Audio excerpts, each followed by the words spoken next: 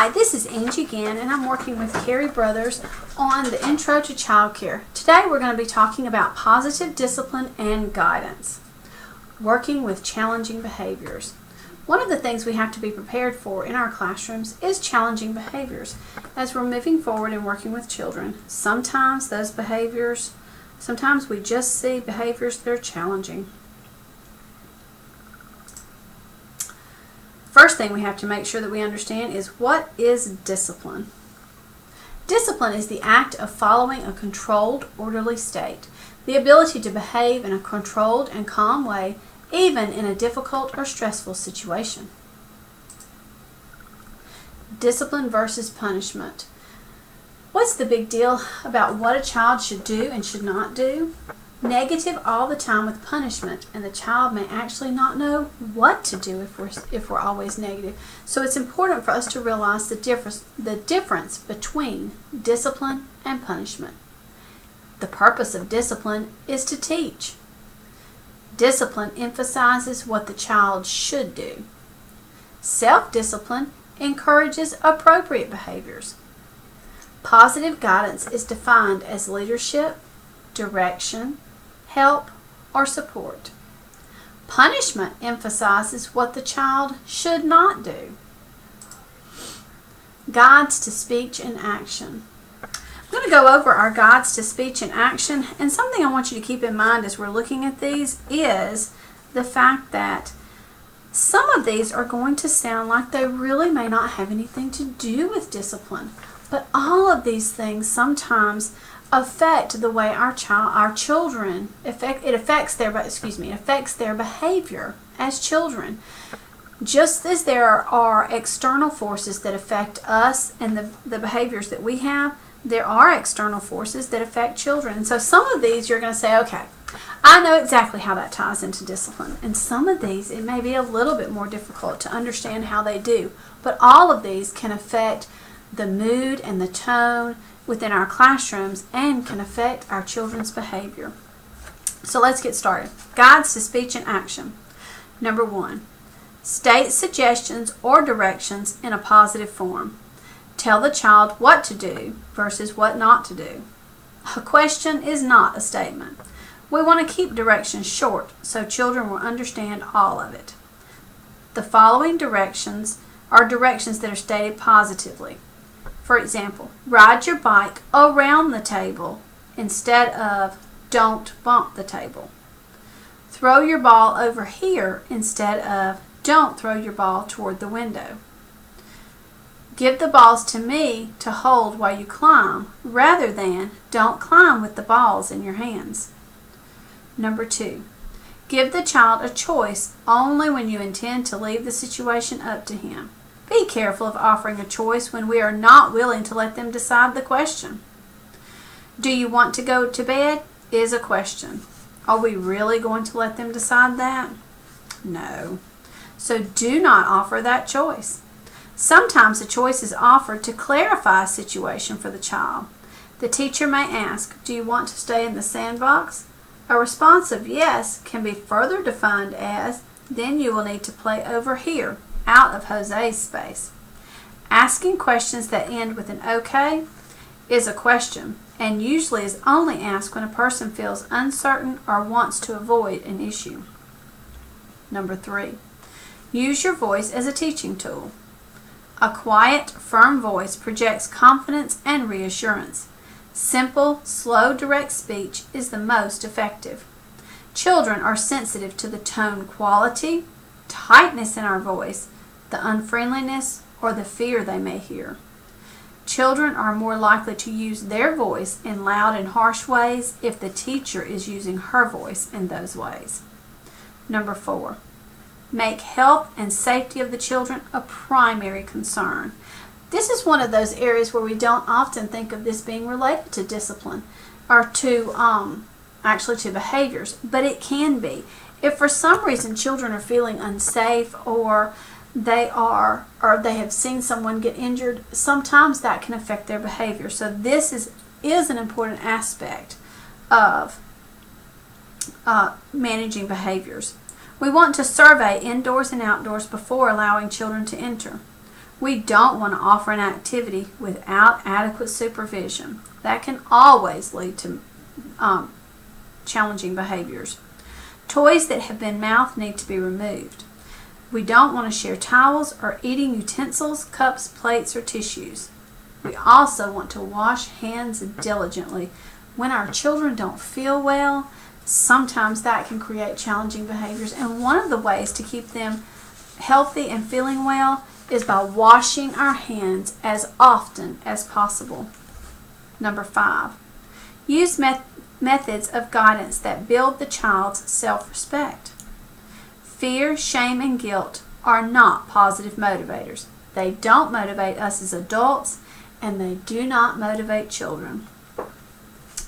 Labeling children lowers their self-esteem, using words like naughty, selfish, spoiled, or bad.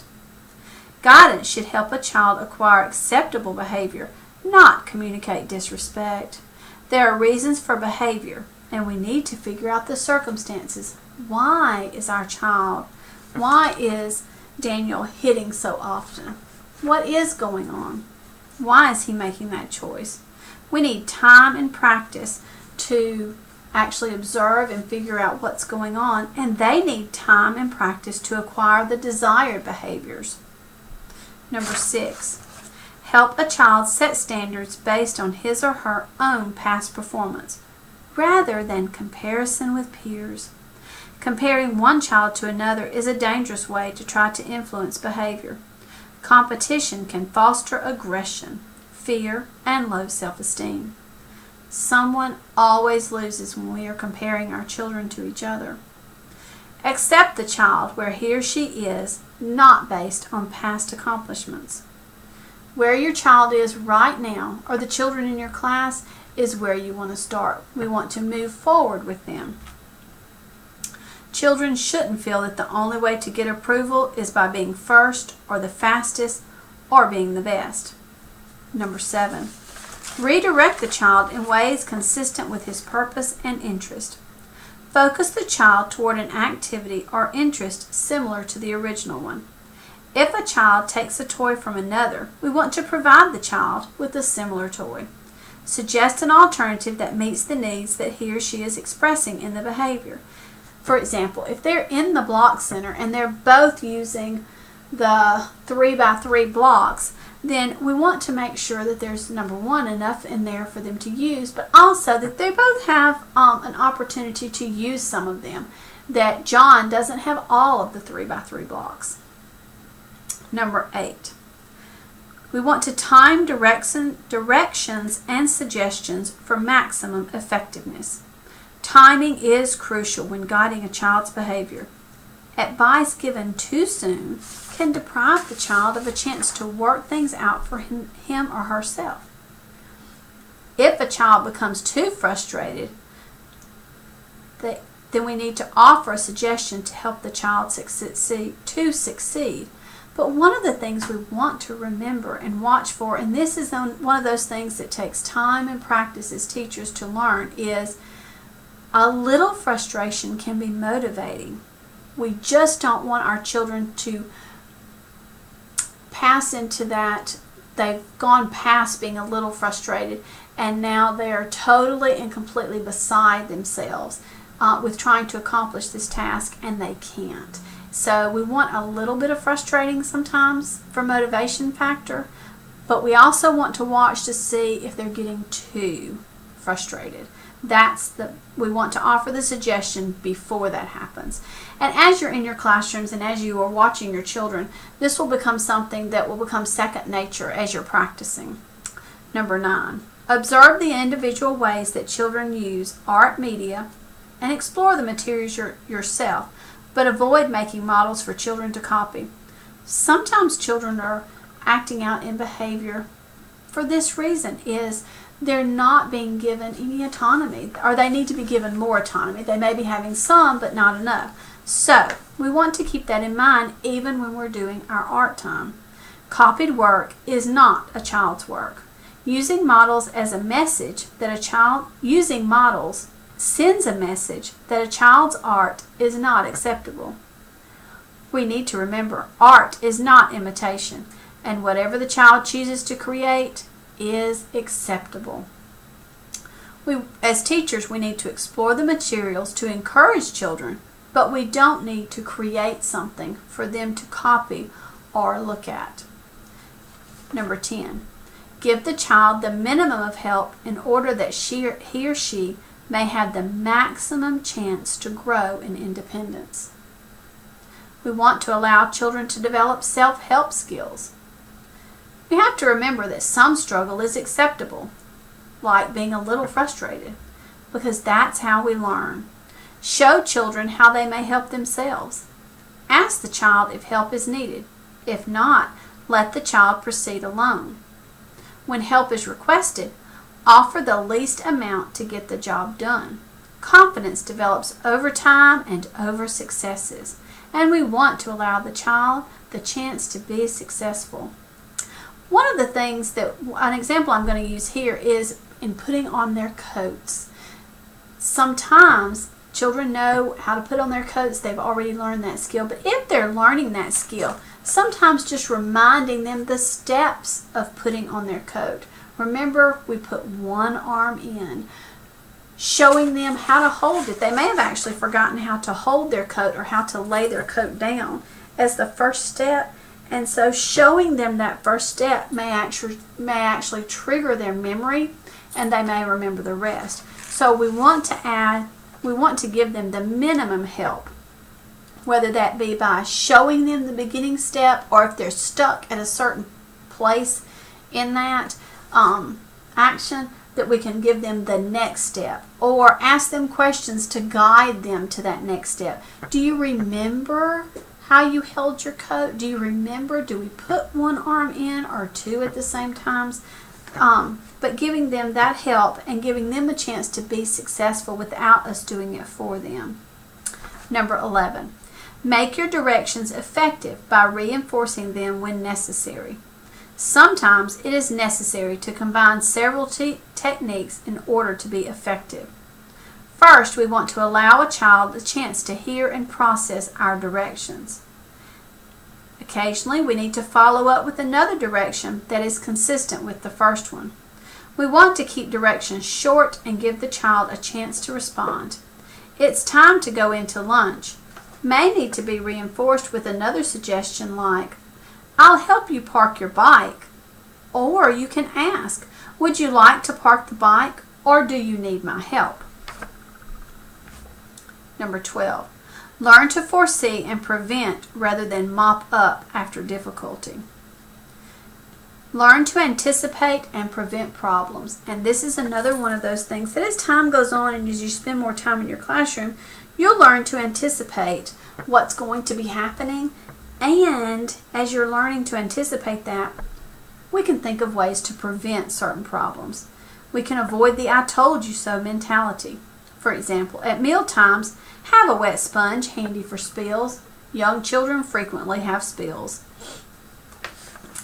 If a child needs help, another example is if a child needs help entering into the play of another, suggest things that the child can say or do to make friends.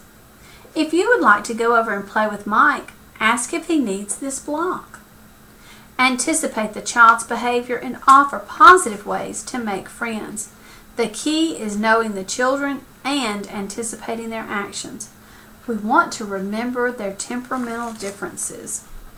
Number 13, clearly define and consistently maintain limits when they are necessary.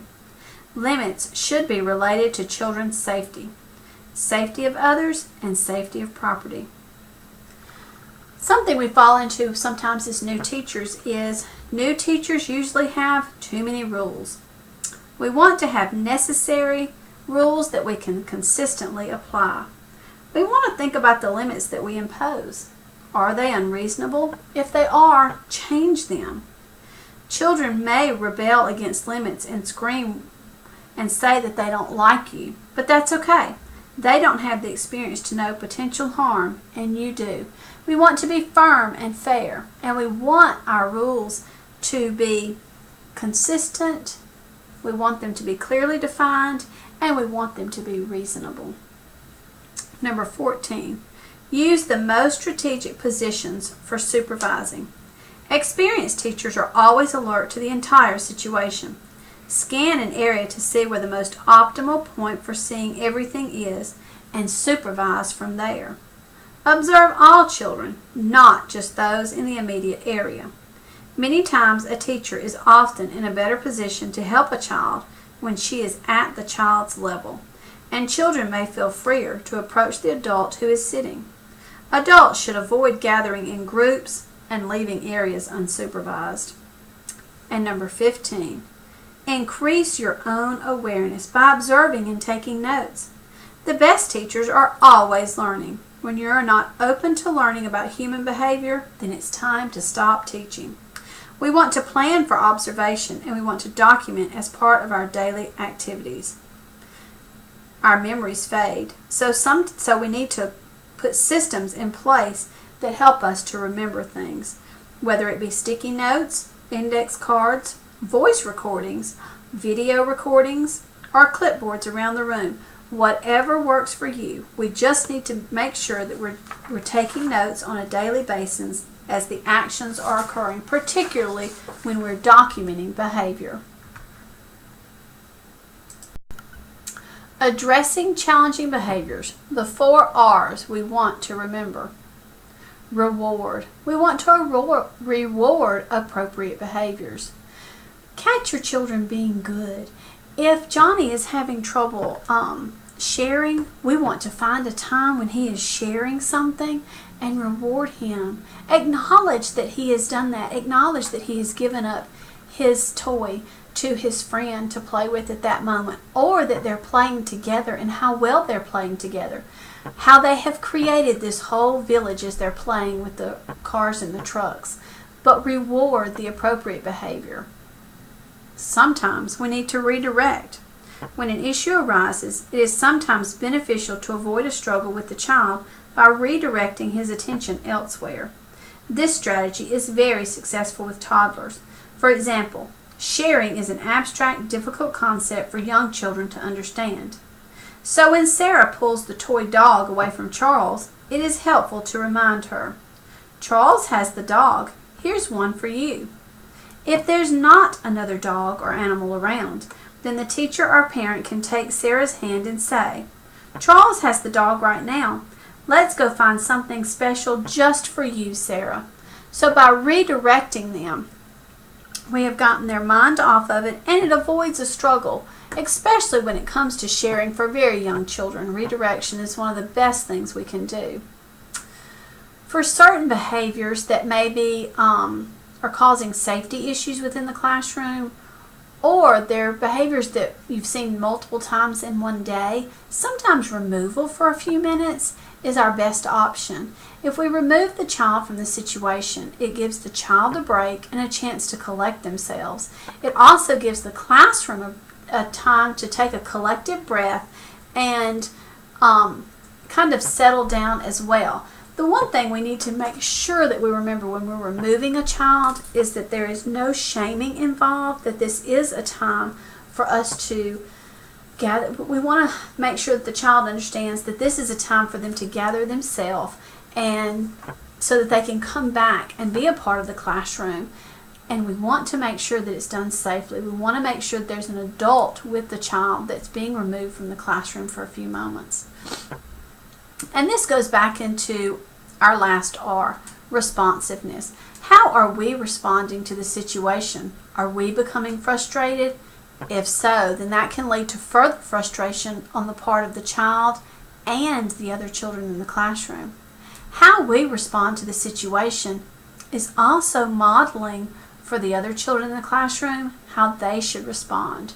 We want to stay positive, and we want to use redirection as much as possible and reward as much as possible, because our response, once again, is showing children that that's what they want to do.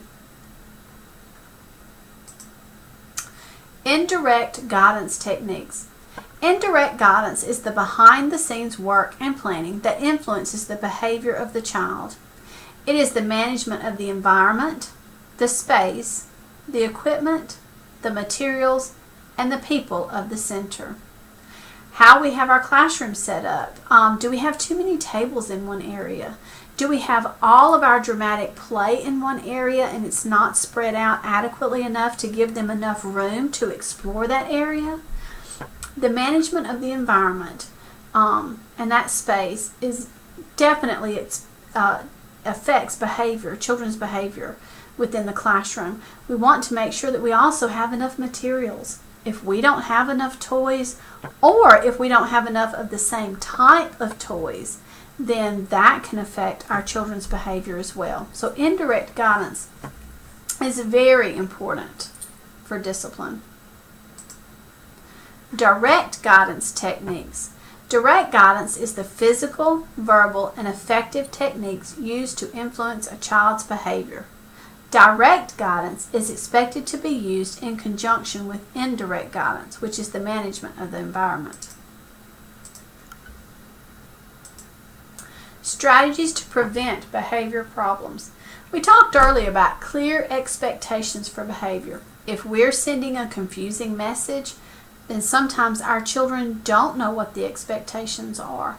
We want to make sure that our body language matches what we're saying and what we're asking the children to do. We want to make sure that we're giving children the time to follow our directions. And we want to make sure, once again, that what we're saying, they clearly understand. What are our expectations, and are we communicating those well? Next are the varieties of guidance techniques. We talked some about redirection, which is a guidance technique. There's some others that we can talk about as well. One of the things that we can teach our children is conflict resolution, particularly as they get older. This is where we sit down with the children who are involved in a situation and we talk through it, and we talk through until we can come up with a resolution that is acceptable to all the children involved in the conflict. That's a guidance technique as well. As we're using different guidance techniques, we talked earlier about making sure that our verbal and nonverbal messages agree. We also want to show respect to our children, and we mentioned that one a little bit earlier. One of the ways that we can show respect as we're using guidance techniques, because showing respect is very important for our children, is here's 3 tactics that we can use. We can move to where the child is located instead of calling them over to us. We can squat or kneel and be at their eye level. And then we can look into their eyes as we're talking to them. All of them show respect. Also, asking them and having them be involved in our discipline and in our guidance also shows respect to them as well. Another technique that we can use is natural consequences. Natural consequences is when an action happens and the natural outcome is what guides the child. For example, if a child breaks all their crayons, then she has to make do with the broken crayons. It is important to make sure that the outcome is safe and does not impact the child's needs. For instance, if a child is learning to use the toilet and soils her pants, it is not appropriate to make her stay in dirty clothing. That is not a natural consequence that we would use. However, in the broken crayon situation, it's the perfect natural consequence. Another technique is logical consequences. As mentioned above, sometimes it is not appropriate to let natural consequences serve as the guide. It might be beneficial to think of a logical consequence. For example, a 4-year-old continuously takes out the blocks and leaves them all over the floor. A logical consequence might be that the child is not allowed to play in the block area during the next activity time. So using different techniques can help us in managing behavior within the classroom. Next, we're going to talk about some tips on discipline as we go through some scenarios. What should we do? Our first scenario, Maria and Danny pretend to be monsters. They always creep up behind Shelley and make very loud monster noises, which frighten her. It happens every day, and Shelley is upset. What should Shelley do? Well, she can walk away, she can stand up for herself, and she can get help. Our first suggestion of walk away would be something that we would want to talk about doing if it was a one-time event. But since this is happening every day and it's continuing to frighten her, helping her to stand up for herself and get help would be a better scenario. This is one of those times when they're old enough for us to sit down and actually use conflict resolution. We would sit down with Shelley, Maria, and Danny and talk about why they're doing that, what the need is, how they can move forward. Shelley has said this is not okay. So it's not okay for us to do this, and we can pretend to be monsters, but we can't come up behind Shelley and make loud monster noises which are frightening to her. Our next scenario. Jessie always runs to the sandbox on the playground. Kevin is playing near the sandbox and is using some of the sand toys.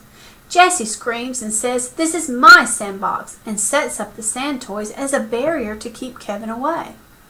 What should Kevin do? Well, coming to find the teacher and letting her know would be the first step of what Kevin would need to do. The next step as the teacher would be to sit down with Jessie and Kevin and talk about what Jessie's expectations are of the sandbox. What is Kevin wanting? Discussing that with each of them, and then coming up with a solution that is okay with, but that both of them approve in. Now, they might come up with the solution on their own, but one suggestion that could be made to both Jessie and Kevin, if they're not coming up with a solution on their own, is to let Kevin play with a few of the toys, even though he does not want to be in the sandbox. But Jessie can let him play with some of the toys. Now, you as the teacher could actually just force that situation. But part of what we're doing is teaching children and giving them the skills that they need to succeed in life, and giving them the skill of conflict resolution and what to do in these situations is definitely a valuable skill that is worth our time and energy to teach. Our next scenario. What should we do? Lauren roars in the classroom every morning and immediately runs to Sharon's cubby. She takes her sleep blanket and begins to play princess with it. Sharon gets upset and wants to play princess with Lauren. Lauren refuses to give in to her and continues to play princess without Sharon. What should Sharon do? Sharon can say, and with the teacher, also, if you're going to play with my blanket, then I want to play too. It is Sharon's blanket. It does belong to her, and she can put it back in her cubby and not let Lauren play with it. So giving Sharon the autonomy over her personal belongings is important in this situation. But it's also important to recognize that it appears, and after talking with them, you could verify this and make sure that there's clarity on it, that really Sharon's not upset that she's taking the sleep blanket and playing with it. She wants to play princess as well. So you could give Lauren the option. Lauren, if you want to play with the sleep blanket, then you must allow Sharon to play with you as well. If you don't want Sharon to play with the blanket, then you may not play with the blanket either. Now, once again, as teachers, we could come in and say that, and it would be perfectly acceptable to say that. But if we have the time to sit down with both Lauren and Sharon and talk with them and guide them in that discussion, then we're giving them, once again, the skills that they need to resolve conflict in their own lives and as they're moving forward. Dealing with discipline. We are never too old to be learners, and children are never too young to be teachers. And dealing with discipline is the perfect opportunity to learn this, that we're always learning new techniques as we're dealing with discipline. As teachers, discipline managing behavior is never ending, and there's always new techniques that we can practice and try. And children are always teaching us in that aspect of our day-to-day classroom life.